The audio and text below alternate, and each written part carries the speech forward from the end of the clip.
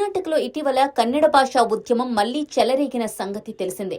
కన్నడ మాట్లాడటం లేదని స్థానికేతరులపై దాడులు కూడా చేశారు అక్కడి వారు. ఈ తరుణంలో ఇతర భాషల సినిమాలపై అక్కడ అడ్డంకులు ఎదురవుతున్నాయి. ముఖ్యంగా తెలుగు సినిమాల విషయంలో ఈ సమస్య మరింత తీవ్రతరమైంది. పవర్ స్టార్ పవన్ కళ్యాణ్ నటించిన హరిహర వీరమల్లు, ఓజీ చిత్రాలకు కర్ణాటకలో కొన్ని చోట్ల ఇబ్బందులు సృష్టించిన విషయం తెలిసిందే. అంతకుముందు కొన్ని సినిమాలను కూడా అడ్డుకున్న కన్నడిగులు తెలుగు పేర్లపై రంగులు పూసి నిరసన వ్యక్తం చేశారు. ఓజీ రిలీజ్ వేళ సెలబ్రేట్ చేసుకుంటున్న వారిని అడ్డుకొని అక్కడి నుంచి తరిమేశారు. ఈ దృశ్యాలన్నీ చూసి తెలుగువారి రక్తం మరిగిపోయింది.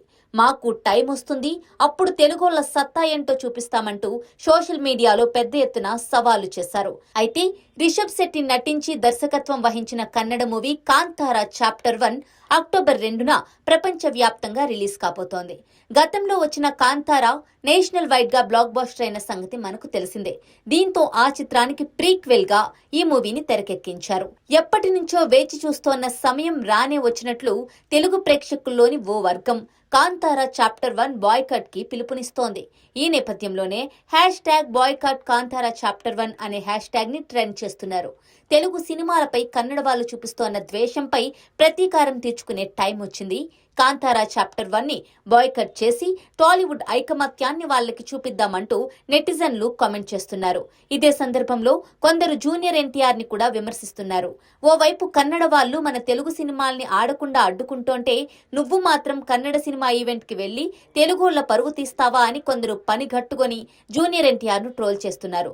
మరి ఈ బాయ్కట్ పిలుపు కాంతారా చాప్టర్ 1 పై ఎలాంటి ప్రభావం చూపిస్తుందో చూడాలి. కాంతారా మొదటి భాగం గతంలో కర్ణాటకతో పాటు తెలుగు రాష్ట్రాల్లోనూ అద్భుత విజయం సాధించింది. రిషబ్ శెట్టి నటన, దర్శకత్వం ప్రశంసలు పొందాయి. అద్భుతమైన కథనం, స్థానిక సంస్కృతి, జానపద వైభవం తెరపై అద్భుతంగా ఆవిష్కరించడంతో ఈ సినిమా 2 తెలుగు రాష్ట్రాల్లోని మంచి కలెక్షన్లు సాధించింది.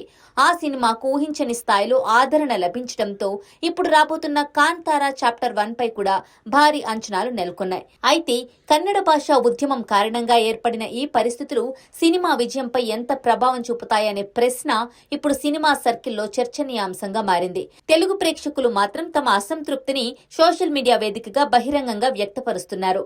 మన సినిమాలకు అడ్డంకులు పెడుతున్నప్పుడు మనం వారి సినిమాలు ప్రోత్సహించడం సరైంది కాదు అని వాదిస్తున్నారు.